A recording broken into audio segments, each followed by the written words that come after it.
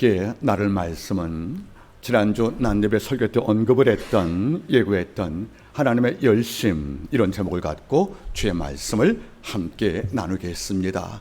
제목을 한번 같이 따라 읽겠습니까? 하나님의 열심, 이런 제목으로 주의 말씀을 함께 나누겠습니다. 말씀을 증언합니다.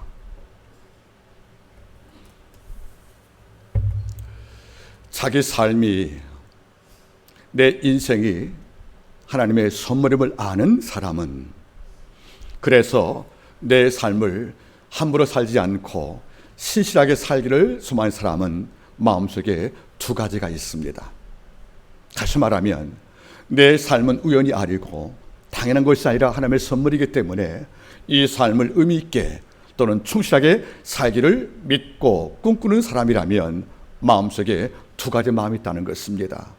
그 첫째는 결심, 두 번째가 열심이란 말입니다. 먼저 결심을 바라보겠습니까? 결심이란 내가 세운 목표와 목적이 있다면 이것을 반드시 이루겠다는 의지를 말하는 것이 바로 결심이 됩니다. 그런데 결심은 언제 하는 것입니까? 이런 글이 있습니다.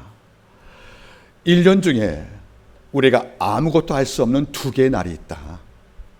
1년 365일 가운데 우리가 아무것도 할 수 없는 날이 두 개가 있는데 그 하나는 어제고 다른 하나는 내일이다, 그런 말이에요. 어제는 지났으니까 아무것도 할 수가 없다는 겁니다. 내일은 아직 오자는 것이기 때문에 아무것도 할 수가 없다는 것이에요. 모든 결심은 지금 하는 것입니다. 여러분 잊지 마세요. 따라하겠습니까? 내일의 닭보다 오늘의 달걀이 중요하다. 모든 결심을 우리는 고민 중에 미루지 말고 기록 가운데 지금 결심하는 것, 이것이 복된 것이 아니겠습니까? 게으른 자, 삶에 비겁한 자는 결심을 하지 않습니다. 환경을 탓하고 여건을 탓하면서 결심을 자꾸 미루다가 정말 결정적 순간을 잃어버리고 모든 것을 상실할 때가 있다는 것은 우리는 잊지 않을 것입니다. 그래서 신실한 종들의 마음에 가장 큰 중요한 첫 번째 마음은 바로 결심, 이것을 잊지 말길 바랍니다. 근데 또 하나의 마음이 있습니다. 다음은 열심이라는 겁니다. 결심 갖고는 충분하지 못합니다. 이 결심을 결과로 만들려면, 내 모든 결심을 결과물로 우리가 얻으려면 이걸 이루는 과정 속에 치열한 열심이 요구되는 것입니다. 여러분, 열심 한자말로 뜨거운 마음이란 뜻이에요. 이걸 의역한다면 뜨거운 마음, 다르게 말하면 목적을 이루기 위해 최선 다하는 마음, 히브리어로 콜레브라는 전심을 다하는 마음이 아니겠습니까? 여러분, 저는 가끔 느껴봅니다. 게으른 자의 언어는 변명 아닙니까? 어떤 일에 실패한다면 이런 말하는 거예요. 어떤 이유 때문에 내가 최선 다하지 못해서 실패했다고. 여러분, 이런 변명이 게으른 자의 언어인데 이 변명을 100번 한들 상황을 바꾸시는 것은 아무것도 없다는 것입니다. 우리의 결심을 결과로 만들려면 이른바 뜨거운 가슴, 이것을 이루지 않고는 견딜 수 없어 수면, 잠도 줄이고 여가도 줄여가면서 한 표를 향하여 달려가는 이런 열정을 동반하는 열심히 함께 있을 경우에 우리는 가까운 시일 내에 내 꿈과 내 비전을 이룰 수 있다고 생각하는 것입니다. 이런 마음속에 결심 있습니까? 열심히 존재합니까? 여호수아는 그의 임종 직전에 이스라엘 백성한테 이렇게 요구했습니다. 만약에 여호와가 네 하나님이면 지금 택하고 바알이 여호와면 이루거라. 그 신을 지금 택하라는 것이에요. 그리고 결심하여 그 여호와를 뜨겁게 섬기라고 여호수아가 유언을 남기지 않았습니까? 이 말은 결심과 열심, 이 두 가지 마음이 왜 필요한지를 하나님의 말씀을 통하여 우리가 증명을 받을 사건입니다. 여러분, 열심이란 말은 굉장히 중요한 단어예요. 히브리 말로는 이른바 키나라고 합니다. 키나. 영어로는 젤로스인데 키나란 말이 무슨 말이에요? 원래 뜻은 질투한 뜻이에요. 시기란 말입니다. 이런 그 누구를 시기할 때 우리 마음이 어때요? 미지근합니까? 아니고 불덩어리거든요. 누굴 질투할 때 어떻습니까?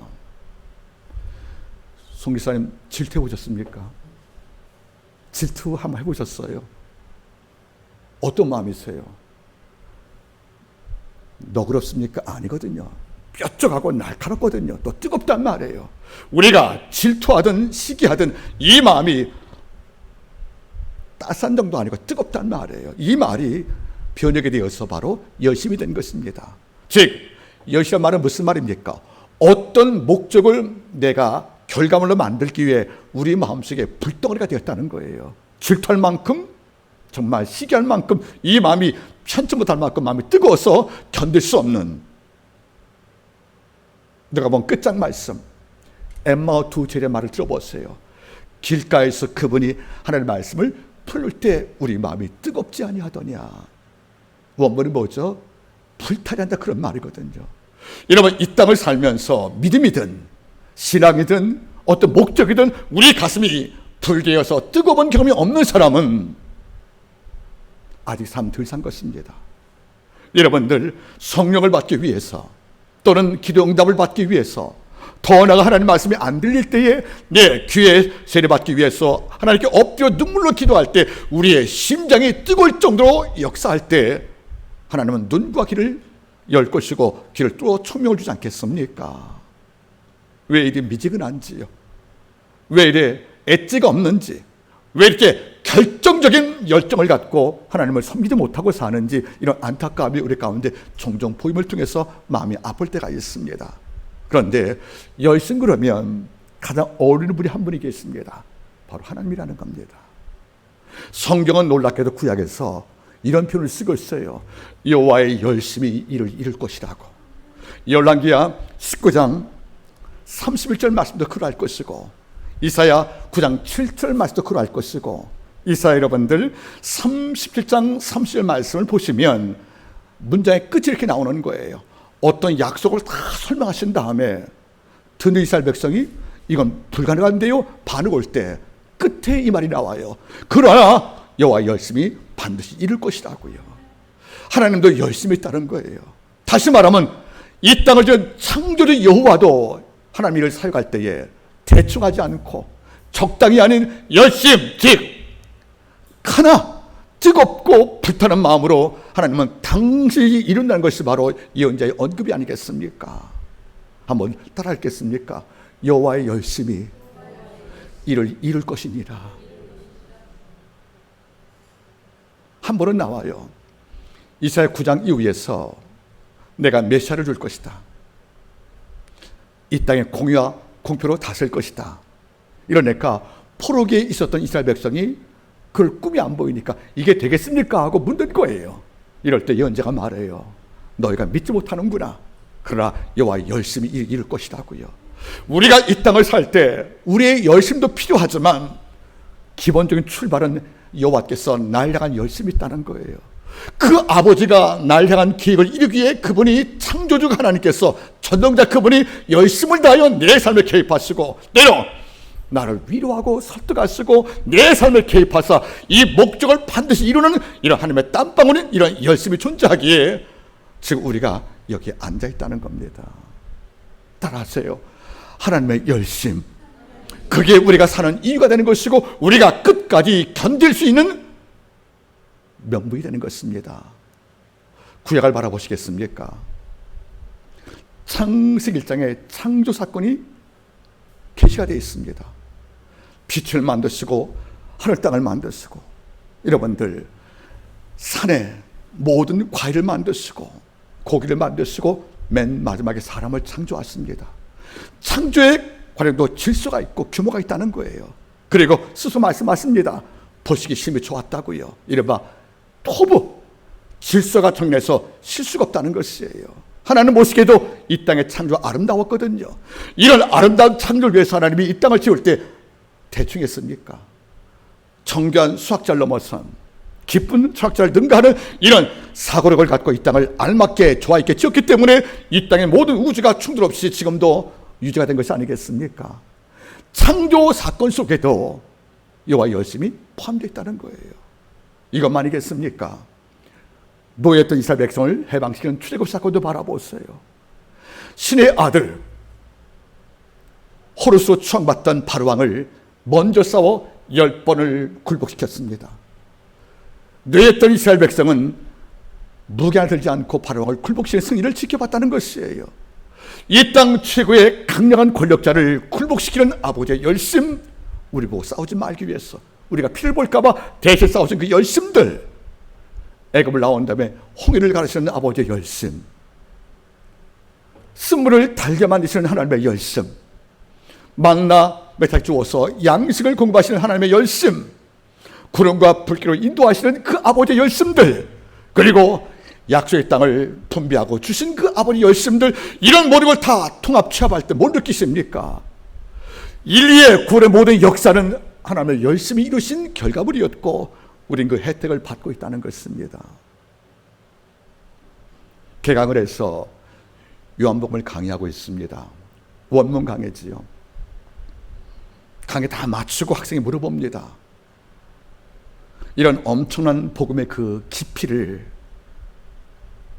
듣는 것이 참 행복한데 교수님께서는 이런 것들을 언제 하셨습니까? 하고 한 학생이 물어보더라고요. 좋은 뜻이었어요. 저는 한마디 말했습니다.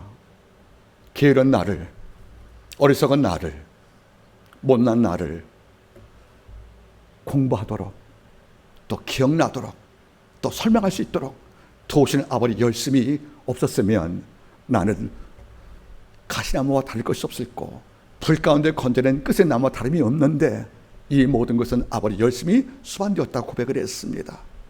여러분, 지금 내가 누리는 승리의 부분이 작아 보여도, 지금 여러분이 누리고 사는 이런 삶의 평강이 작아 보여도 여기는 아버지의 최선과 성심에 포함된 이런 아버지 열심이 수반되었기 때문에 지금 우리가 그 자리에서 살고 있다는 것을 잊지 말기를 바랍니다. 오늘 하나님을 엘리야를 보고자 합니다. 우리는 엘리야를 통해서 보여주신 아버지의 열심을 보고 우리는 너무도 큰 감동을 받습니다. 엘리야는 아합 시대 때 예언자였습니다. 북쪽에 바알 숭배가 창궐되었던 이 땅에 여호와의 종교를 선포하기 위해서 아버지가 불렀던 이른바 디셉 사람, 즉 시골 총부였다는 거지요. 그가 등장할 때 아버지가 첫 말씀을 주었어요. 첫 메시지가 어떤 것이냐면, 너는 이 땅 아합 정권에게 이렇게 말하거라. 내 말이 없으면 이 땅에 우로가 없을 것이다. 우로가 뭐지요? 비와 이슬이니까 여러분들 하늘에는 우기를 말하는 거예요. 그러니까 우기가 없다는 거예요. 여러분, 천수탑을 살던 북쪽 이스라엘 백성이 우기, 즉 비 오는 절기 없다는 것은 농사의 패망을 말하는 것이고, 농사가 죽었다는 말은 국가의 세금을 나올 통로가 없다는 것이고, 더 나가서 백성은 아사할 수밖에 없다는 것이에요. 이건 하늘이 막히면 이 땅이 죽는 겁니다. 신명기 28장의 말씀을 기억하십니까? 네가 내 말을 준행하고 내 법도를 실행하면 내가 하늘문을 열어 하늘복으로 이 땅에 내려서 이른비와 늦은 병처럼 땅을 적실 것이나 네가 내 계명을 어기면 비 대신 먼지와 티끌을 이 땅에 보낼 거라고. 다시 말하면 우기가 없고 건기와 강이 온다는 것이 이 땅에 티끌과 먼지밖에 없다는 거예요. 이것은 뭡니까? 아합 정권의 죄를 심판하는 아버지의 징계였다는 겁니다. 그런데 엘리야가 놀란 거예요. 몇 년간 비가 안 온다면 백성만 죽습니까? 엘리야도 죽는데, 이럴 때 제가 말씀하는 거죠. 너는 지금 당장 그리스도께 가서 숨어 있거라. 그리고 그 물을 마시거라. 그 다음에 네 날부터 까마귀가 떡과 고기를 매일 줄 거라고 약속을 줬다는 거예요. 자, 이렇게 시작된 것이 바로 17장, 8장, 9장 사건입니다. 자, 그러면 엘리야는 뭘 느꼈습니까? 이 땅에 기근을 선포한 여호와께서 당신을 위해 충성을 다하는 엘리야를 살리기 위해서 시냇물과 떡과 고기를 주는 열심을 먼저 보이신 거란 말이에요. 문제는 3년 동안 기근이 와도 아방이 꿈쩍도 않는 거예요. 결국 3년쯤 자기가 키웠던 말이 먹을 풀이 없으니까 비로소 물건을 나왔다가 엘리야를 만나게 된 거예요. 그래서 엘리야가 이야기하죠. 갈매산 정상에 가서 우리 한번 영적 싸움을 벌여보자. 재물 준비하고 불 내리는 신이 참신이니까 하고 제안했고, 이게 허락이 되어서 싸운 이후에 여호와의 종교가 승리된 사건을 우리가 지난주에 말씀을 통하여 함께 나눴습니다. 문제는 그 다음인 거예요, 여러분들. 전쟁을 이겼으니까 아합이 믿던 바로 왕이 믿던 애굽의 신도 가짜였고, 아합이 믿어왔던 바신도 가짜임이 증명이 되었잖아요. 그러면 엘리야는 기대한 거예요. 여호와께서 불 내리고 아합과 아사 예언자가 오둔년의 몸에 칼대면서 피 흘려 기도해도 불을 못 내는 이 신이라면 그들이 추앙했던 바로 바알은 가짜였고 여호와가 참신이니까 뭐를 기대했겠습니까? 이제 백성들이 봉기해서 아합 정권을 칠 것이고 더 나가서 백성이 여호와께 돌아가겠구나고 믿어왔다는 거예요. 이런데 두 현상이 일어나지 않습니다. 백성은 가짜 신을 믿었던 아합 정권을 그냥 용인하는 거예요. 그리고 그 누구도 여호와께 돌아오지 않습니다. 엘리야가 뒤어진 겁니다. 이걸 간파한 이세벨이 아합에게 이걸 들은 다음에 이리 말하는 거예요. 사자를 엘리야에게 보낸 거예요. 하늘 말이 뭐죠? 네가 참신을 증명한 사건에서 내가 후원했던 바알과 아세 연자를 다 죽였다고? 그래, 내일 아침 낮 되면 너도 그 모양 될 거라고 경고한 거예요. 이른바 암살 시도입니다. 그러면 우리가 알던 엘리야 같으면 꿈쩍도 안 할 것입니다. 한번 해봐라. 참신 여호와의 증거를 내가 주었고 그 여호와께서 내게 안에 계시다면 이세벨의 암살 시도쯤이야 겁나고 두려울 리가 아니지 않습니까? 이런데 백성은 아합 정권을 용인하여 엘리야에게 실망을 주었고 백성들이 여호와께 안 들어올 때 엘리야가 마음이 조급해진 거예요. 이러다가 암살 소식을 들으니까 이 마음이 결심이 흔들립니다. 여심도 흔들려버린 거란 말이에요. 결국 오늘 말씀 알아보니까 그가 형편을 돌아보고 자기 생명을 위하여 부엘세바까지 도망을 갔고 성경에 나와요. 도망친단 말이 나옵니다. 여러분 적군에 달려갔던 이른바 여호와의 투사였던 바로 엘리야가 지금 도망을 칩니다.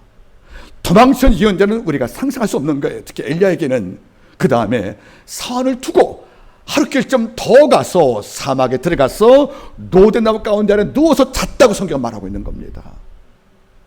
하나님은 어떤 마음이겠어요?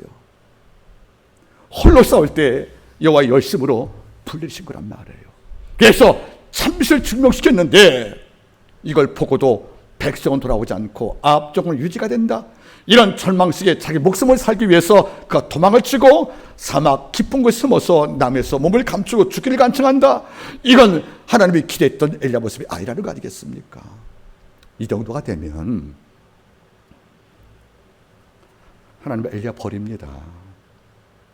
네가 하나님의 능력을 한 번도 경험 못한 초짜 예언자냐?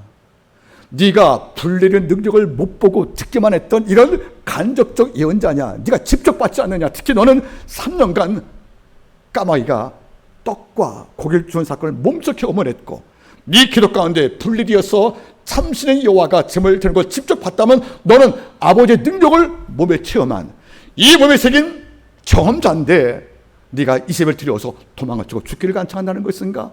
이건 다른 문제란 말이에요. 한 번도 아버지의 능력을 체험 못한 이른바 초임의 예언자라면 이럴 수 있습니다. 흔들림이. 엘리야는 이미 모든 걸 경험한 영적 강자 아닙니까? 이런 예언자가 누워서 자면서 뭐라고 그래요? 죽기를 간청합니다.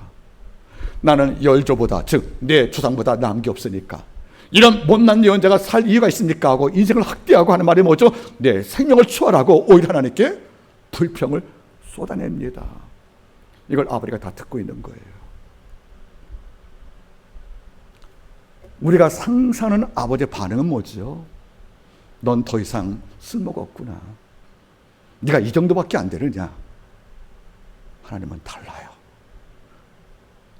엘리야가 가장 좌절할 때, 가장 못난 모습 보일 때 하나님께서 드디어 당신의 열심을 극단적으로 보여준 것입니다. 첫 번째 하나님의 열심이 어떤 것입니까? 도망친 예언자를 끝까지 따라가는 열심이라는 겁니다. 하나님 말씀 바라보세요, 여러분들. 자, 오늘 본문 알아보겠습니까? 19장 3절. 저가 이 형편을 보고 일어나 그 생명을 위하여 목숨이 살기 위해서 도망하여 유다에 속한 부엘사바에 이르렀고 4절. 하루길을 더 가요 로데까지 갔다는 거죠. 그러면 저 여러분이 이틀은 도망친 겁니다. 여러분 목숨을 부자려고 빠른 걸음을 이틀을 도망쳤다면 여기서 여러분들 손은 넘어갔을 거란 말이에요. 손 정도는 여러분들 광명시는 못서 여러분들 화성까지 가지 않겠습니까? 이 먼 거리란 말이에요. 적어도 50km 밖에 갔다는 겁니다. 엘리야가 들여서 멀리 도망을 치고 몸을 은폐하고 죽음을 각오했는데 하나님은 끝까지 따라갔습니다. 끝까지 버리지 않고 쫓아갔습니다. 승리의 자리, 즉 불을 내리는 장소에만 함께한 것이 아니라 실패해서 죽음을 간증했던 절망의 자리까지 아버지가 따라가는 이 열심 바라볼 때 우리는 감동을 느낄 수밖에 없는 것이 아니겠습니까? 여러분, 찰스 링만은 말합니다. 하나님은 당시 승리할 때만 박수치지 않는다. 당신이 패배할 때는 오히려 안아주신다는 겁니다. 바꾸면 하나님은 우리와 같이 변덕이 없다는 것이에요. 도망친 이 여자를 폐기시키지 않고, 도망가는 이 여자를 용도 폐기하여 다른 여자 부르지 않고 끝까지 따라가서 엘리야를 만나주는 그 하나님 열심 바라볼 때 어떤 마음 드십니까? 우리는 가끔 오해하는 게 있답니다.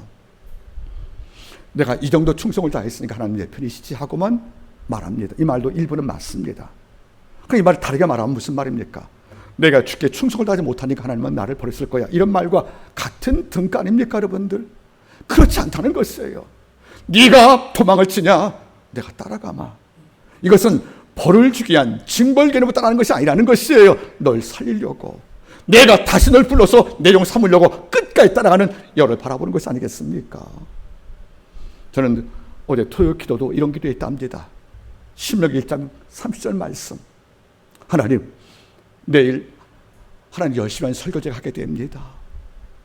주님 저에게 말씀에 지혜 주십시오. 기도할 때 하나님이 감동을 주는 겁니다. 넌 이미 알고 있다고, 네가 수없이 이미 설교했다고. 신명기 1장 30절. 나 여호와는 너의 앞서 행하시며 너를 위해 대신 싸우시며 널 안아 보호하시고 이 땅을 데려왔다. 이게 열심이란 말이에요. 앞서가는 여호와가 지금은 앞서가는 엘리야를 따라갔습니다. 쫓아가서 무섭게 책망을 하고 그에게 심판의 말씀을 증가하는 것이 아니라 지친 엘리야를 위로하시려고, 살리시려고, 그리고 다시 세워서 야훼 종교에 위해 싸우게 하시려고 우리 주님은 뜨거운 열심으로 실망을 주었던 엘리야를 포기하지 않고 끝까지 따라가서 아버지께서 그를 만나 주었다는 것입니다. 우리는 어때요 여러분들? 10년 20년 지기도 작은 오해로 우리 연락처 끊고 안 만나잖아요. 우린 작은 상처받으면 다시 얼굴 보지 않고 음식 같이 먹지 않습니까? 이게 우리 마음이란 말이에요. 하나님은 다르시다는 겁니다. 도망친 요나 끝까지 쫓아가서 결국 니네에 가게 만드는 분이 바로 하나님이셨습니다. 지금도 이 아버지의 열심은 우리가 도망칠 때 해도, 우리가 모든 걸 다 잃어버리고 패배할 때 해도 너 쓸모없다고 낙인 찍어서 버리는 것이 아니라 다시 한번 살아보자고, 다시 한번 나하고 일해보자고, 그리고 다시 한번 모두께 죄를 감당해보자고 아버지께서 날 따라와서 내 곁에 와준다는 사실을 잊지 말기를 바랍니다. 이 땅에서 가장 어리석은 게 절망을 일찍 하는 거예요. 포기를 일찍 하는 것입니다. 하나님이 아니다 하기 전까지는 아닌 게 아닌 겁니다. 우리 아버지가 끝이라고 말 전까지는 끝이 아니라는 것입니다.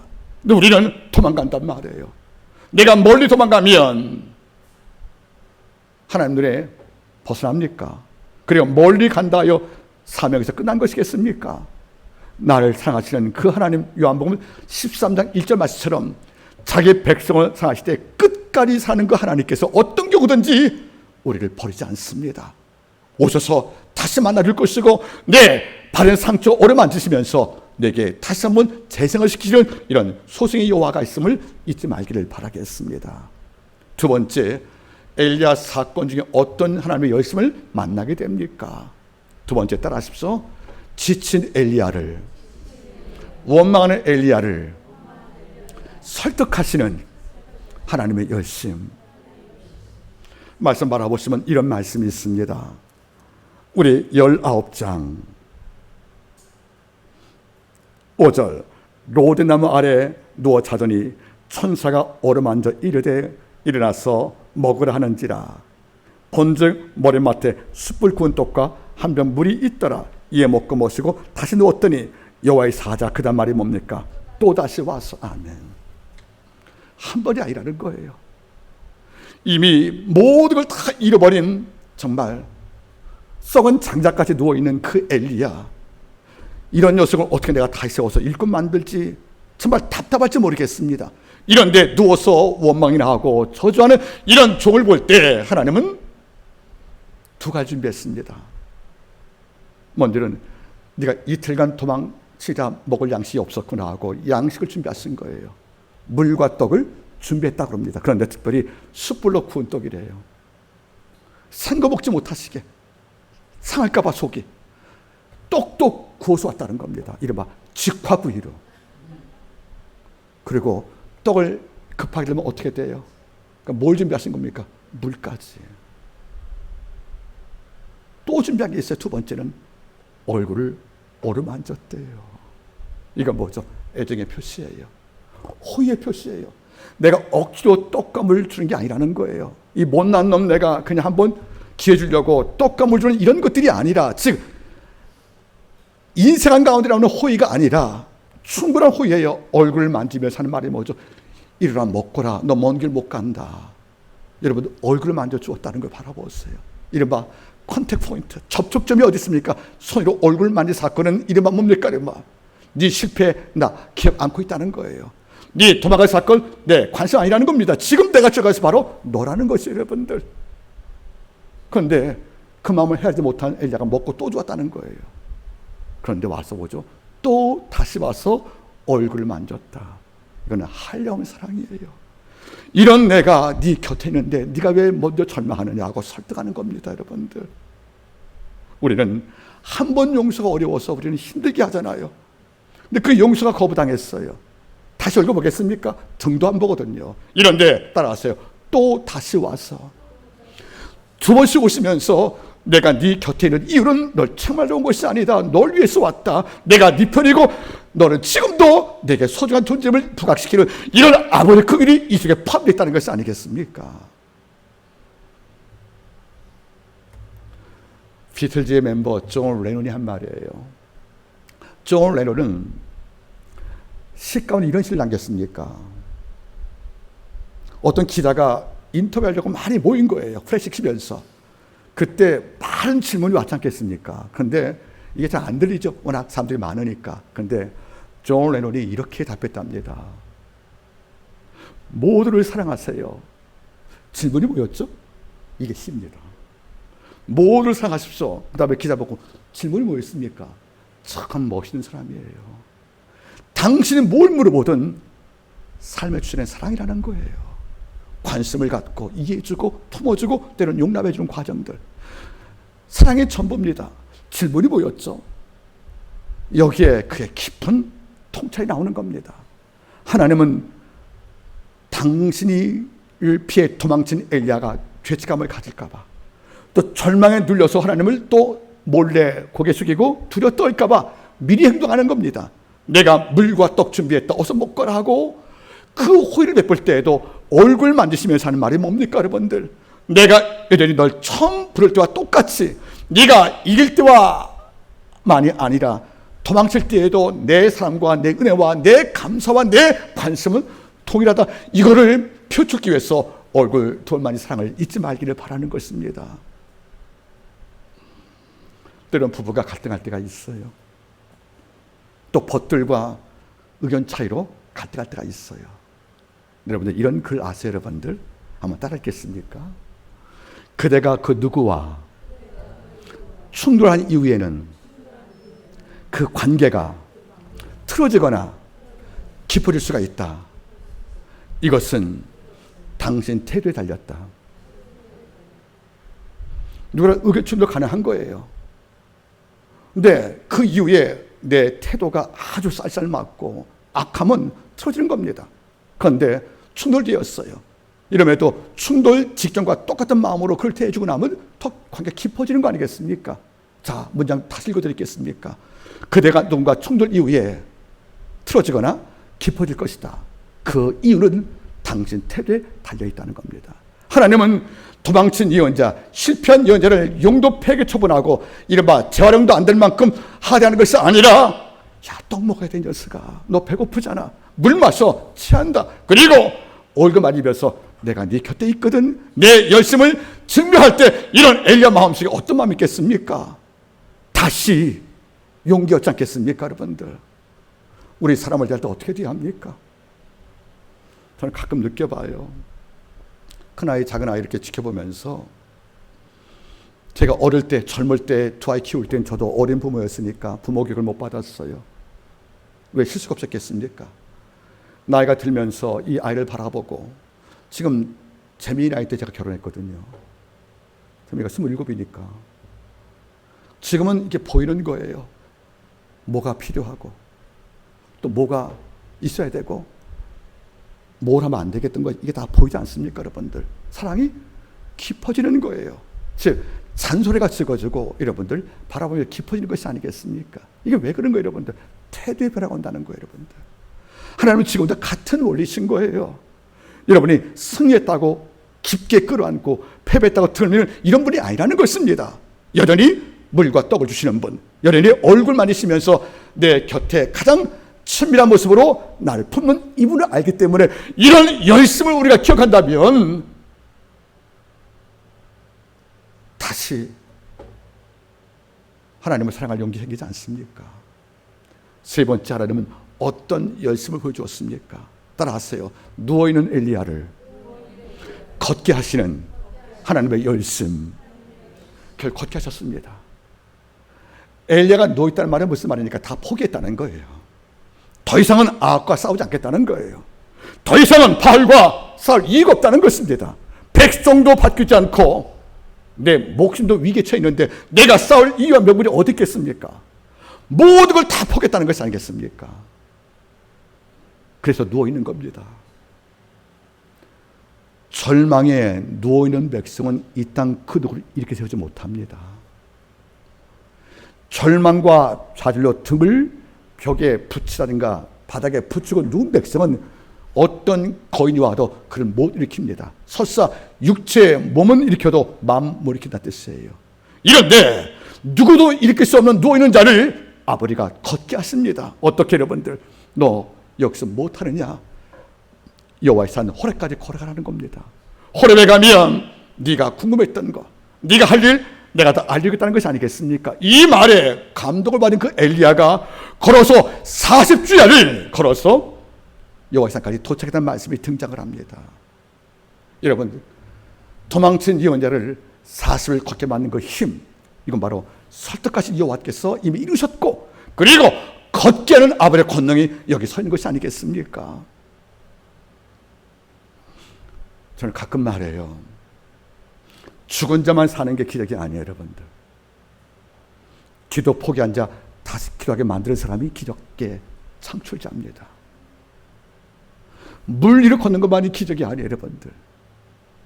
이 땅을 마음대로 사는 그 사람을 이 땅을 바르게 걷게 만드는 것도 기적이란 말이에요. 여러분들, 850명 예언자와 싸워 이겼던 엘리야만이 기적이 아닙니다, 여러분들. 내 마음의 욕망과 불만과 이런 모든 게으름을 이기는 자, 이것도 기적이 아니겠습니까? 더 나아가 세상께 너무 좋아서 우리의 시각을 다 빼앗긴 그 자에게 하나님의 말씀을 읽게 만든 그 사람도 기적 아니겠습니까? 걷게 하는 것이 기적이란 말이에요. 여호와 사랑하여 40을 걷게 만든 여호와의 그 열심, 여기는 뭐가 있습니까? 그렇게 만드는 아버지의 뜨거운 사랑이 포함된 것이 아니겠습니까? 자녀 키우는 분께 여쭤보겠습니다. 한 집에 살고 있다면 우리 자녀가 어머니 아버지를 얼마나 사는가를 증명하려고 보면 이 아이가 일 마치고 집에 오기를 너무 좋아하면 여러분 잘 키운 겁니다.